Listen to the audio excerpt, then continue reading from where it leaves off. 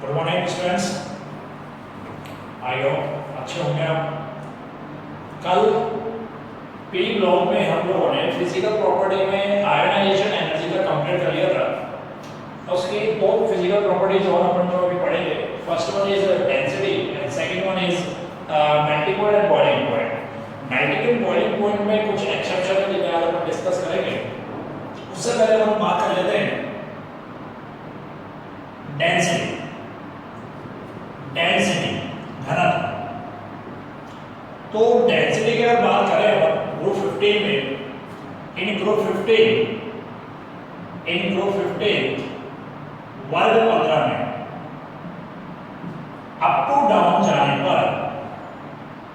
Down जाने पर density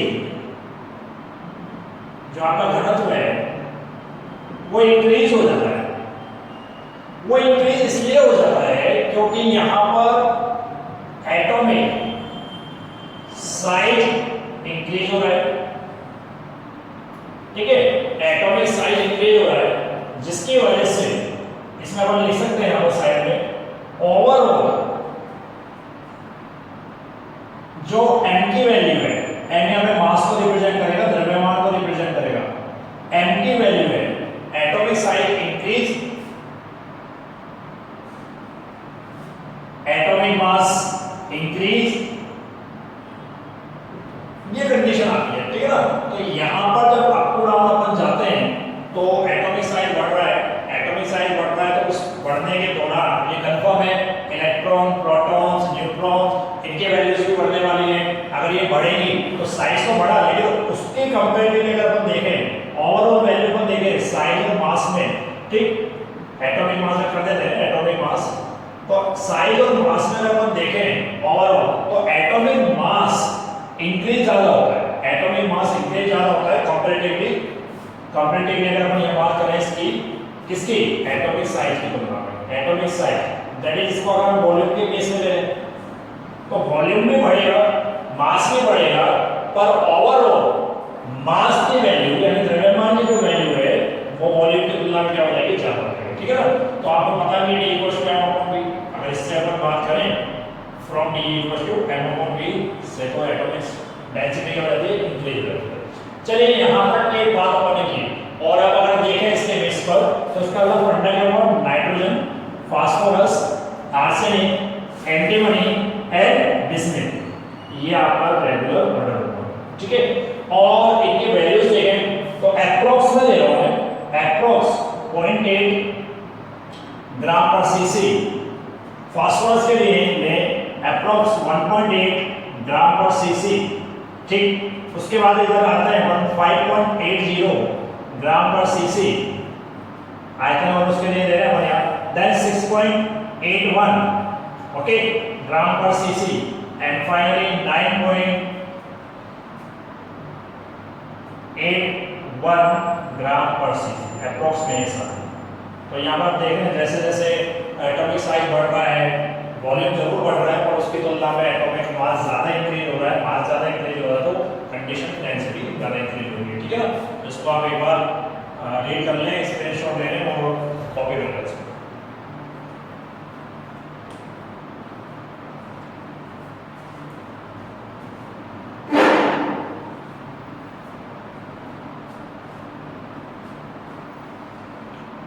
okay, I hope आपने कर लिया होगा।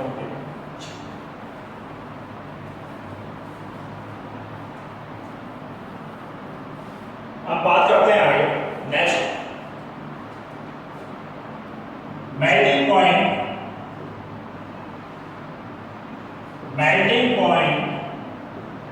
And boiling point. Melting point and boiling point, गलनांक तथा क्वथनांक।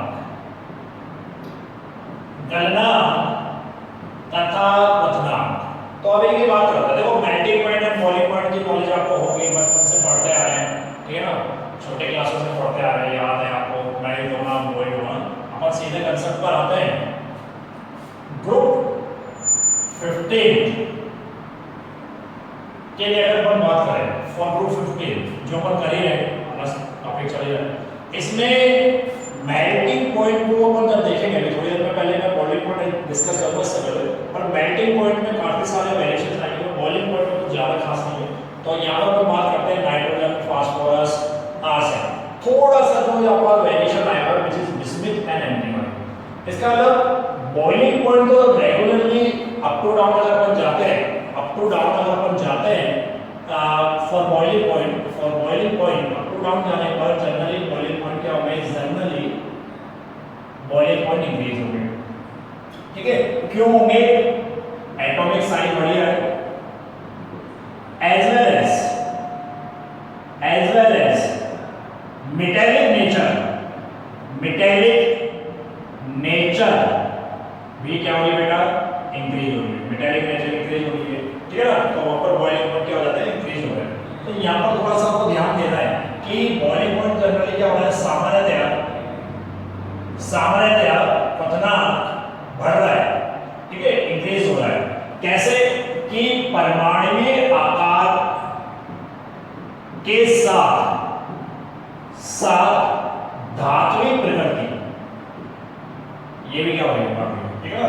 तो यहाँ पर बॉइलिंग, लेकिन अब एक पॉइंट देखो यहाँ पर, फर्स्ट बॉइलिंग पॉइंट बिस्मिथ, इसका मतलब बिस्मिथ का ज्यादा होना चाहिए था, पर यहाँ एक्सेप्शनल आ जाता है, एक्सेप्शनली यहाँ पर पॉइंट आ जाता है बिस्मिथ और इसमें एंटीमनी में, बिस्मिथ एंड एंटीमनी। तो एंटीमनी का स्लाइटली ज्यादा है बिस्मिथ से, उसका रीजन है due to inert pair effect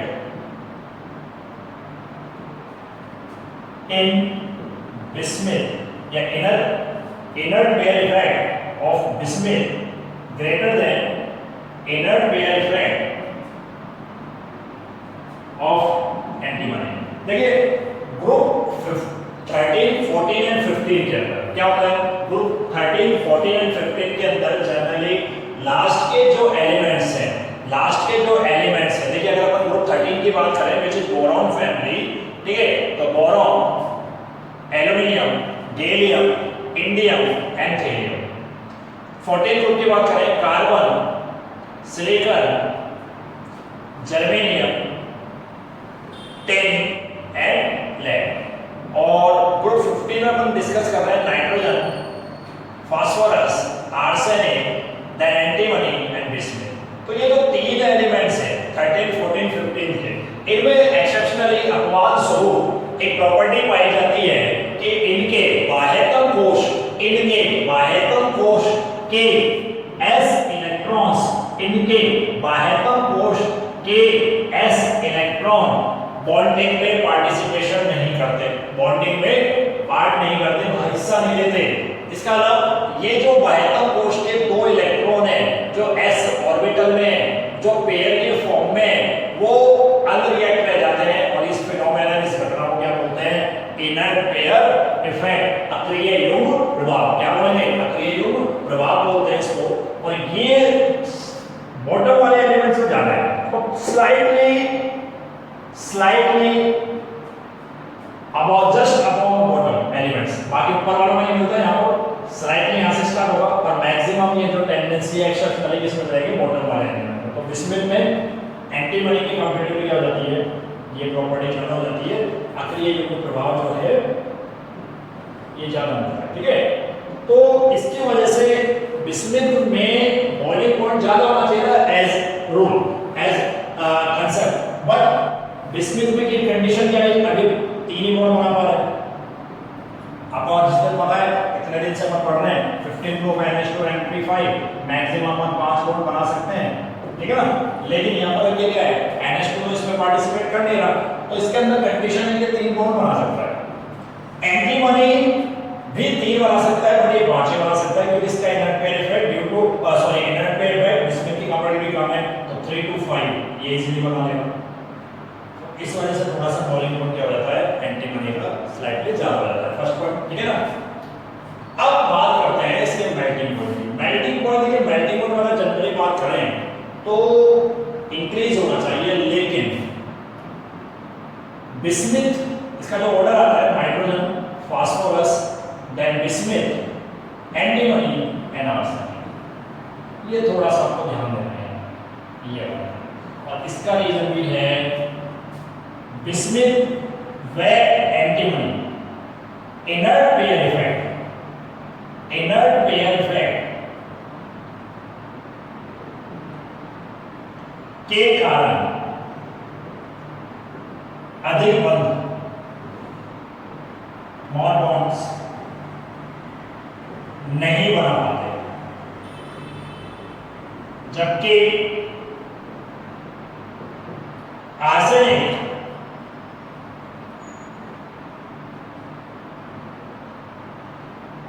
five bonds जो मैक्सिमम है बना सकते हैं। ठीक है, आर्सेनिक फाइव बॉन्ड्स बना सकता है। ठीक,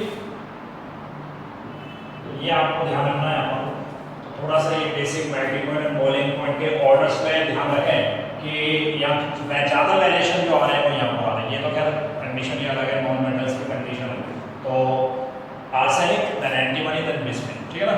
बॉइलिंग पॉइंट में जनरली ज्यादा वेरिएशंस नहीं आते हैं कि सिवाय बिस्मिथ और एंटीमनी के। और ऑलराइट, चलिए इसको जल्दी से कॉपी कर लीजिए, फिर आगे बढ़ते हैं।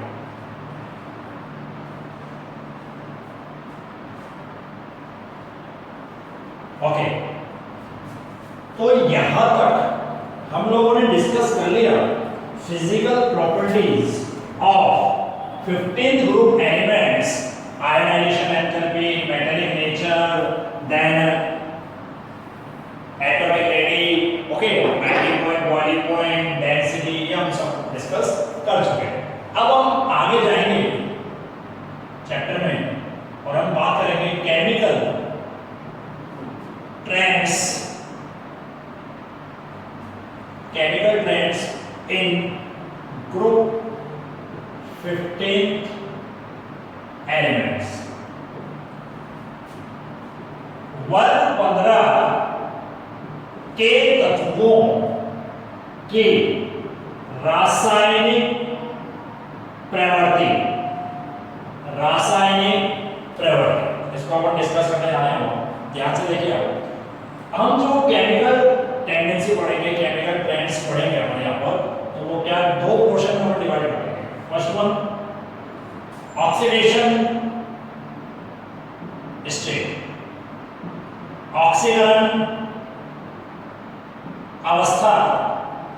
दूसरा डिवाइडेशन हम करेंगे बेटा, बताओ कौन सा, वो करेंगे अपन केमिकल रिएक्टिविटी, केमिकल रिएक्टिविटी, रासायनिक क्रियाशील, रासायनिक क्रियाशील, ठीक है, रासायनिक क्रियाशील।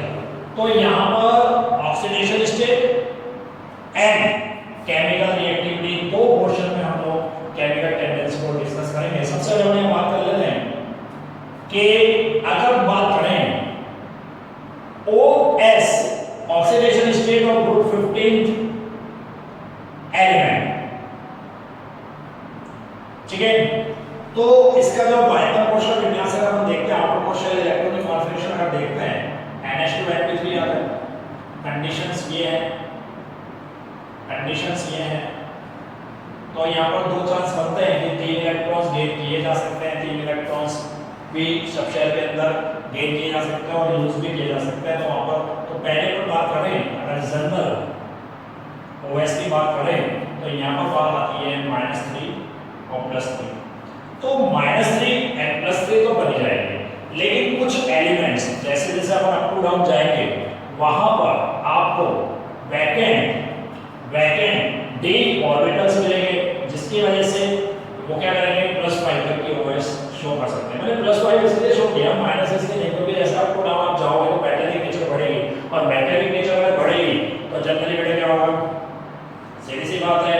और बात यह है कि मेटालिक नेचर बढ़ेगी तो प्लस की कंडीशन में OS दिखाने की प्रवृत्ति शो करने की जो टेंडेंसी वो ज्यादा हो जाएगी, ठीक है ना। तो -3 +3 एंड +5 ये जनरल केस में, राइट। अब इसके अपन कुछ एग्जांपल्स देखेंगे कि -3 के अंदर अगर देखें तो ये -3 वाला जो केस है वो सबसे ज्यादा नाइट्रोजन दिखाएगा ड्यू टू हाई इलेक्ट्रोनेगेटिविटी। हमने डिस्कस की थी सबसे ज्यादा है, और पेरियोडिक टेबल में फ्लोरीन ऑक्साइड लेवल सबसे ज्यादा है, और उसका ज्यादा से ज्यादा नेचर नॉन मेटल है। पहली condition non metals electron gain करने की टेंडेंसी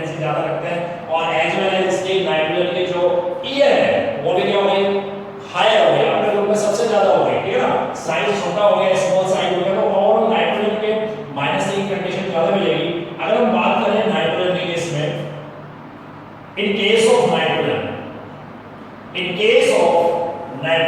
तो देखो नाइट्रोजन कौन से शो करेगा इनमें से, तो नाइट्रोजन के लिए -3 शो करने वाला है। नाइट्रोजन अगर फ्लोरीन और ऑक्सीजन के साथ कोई कंपाउंड नहीं बना रहा है, फ्लोरीन और ऑक्सीजन एलिमेंट के साथ कोई कंपाउंड नहीं बना रहा है, और इन दोनों एलिमेंट के एक्सेप्ट किसी और एलिमेंट के साथ वो कंपाउंड बना रहा है, तो वहां पर वो नेगेटिव चार्ज शो करेगा, नेगेटिव ओएच शो करेगा, लाइक इज NH3। ठीक है, NH3 के अंदर किस फॉर्म में आ रहा है, -3 के अंदर फॉर्म में आ रहा है। ओके, तो अमोनिया इसका वेट,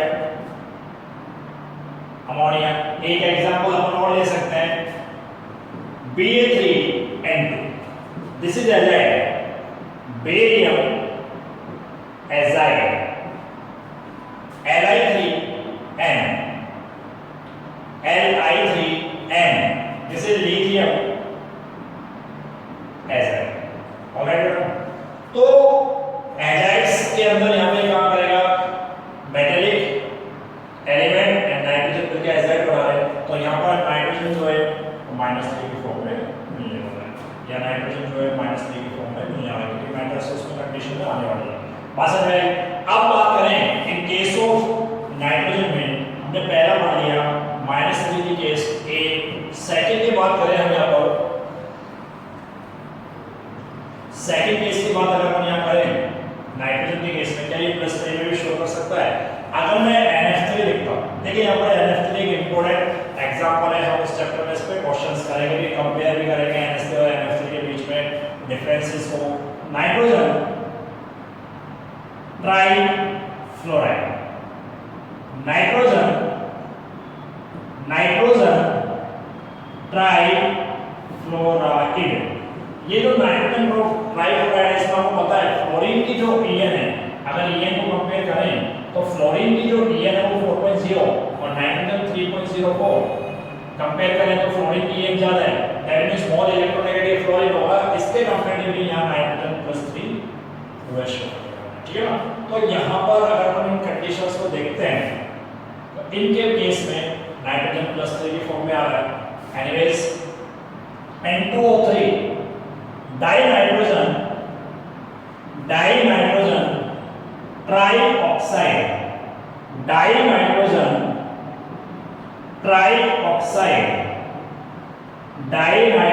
ट्राइऑक्साइड, इसके एग्जांपल में देखें ऑक्सीजन 3.5 अप्रॉक्स, EN अगर देखते हैं ऑक्सीजन की 3.5, नाइट्रोजन 3.04, दोबारा देख रहे हैं oxygen, EN of oxygen is high comparatively EN of nitrogen, और EN of oxygen is greater than EN of nitrogen, that means electronegativity of oxygen is greater than electronegativity of nitrogen, hence nitrogen will be present in this compound as +3 form, +3 OH। Okay, तो यहां पर हमने बात कर ली यहां कि +3 -3। अब next आगे बात करते हैं कि क्या आगे के कुछ केस है जिसमें बात करें नंबर सी, नाइट्रोजन कभी भी 5 OH शो नहीं करेगा। ओके, नाइट्रोजन की OH कभी भी मोर देन 3 से ज्यादा नहीं होगी, यानी इसकी मैक्सिमम जो OH है, नाइट्रोजन की मैक्सिमम जो OH होगी वो +3 होगी, मिनिमम जो OH है वो -3 है, लेकिन ये कभी भी nitrogen does not form any compound in +5 oxidation state। Nitrogen +5 ऑक्सीकरण अवस्था में कोई यौगिक नहीं बनाता,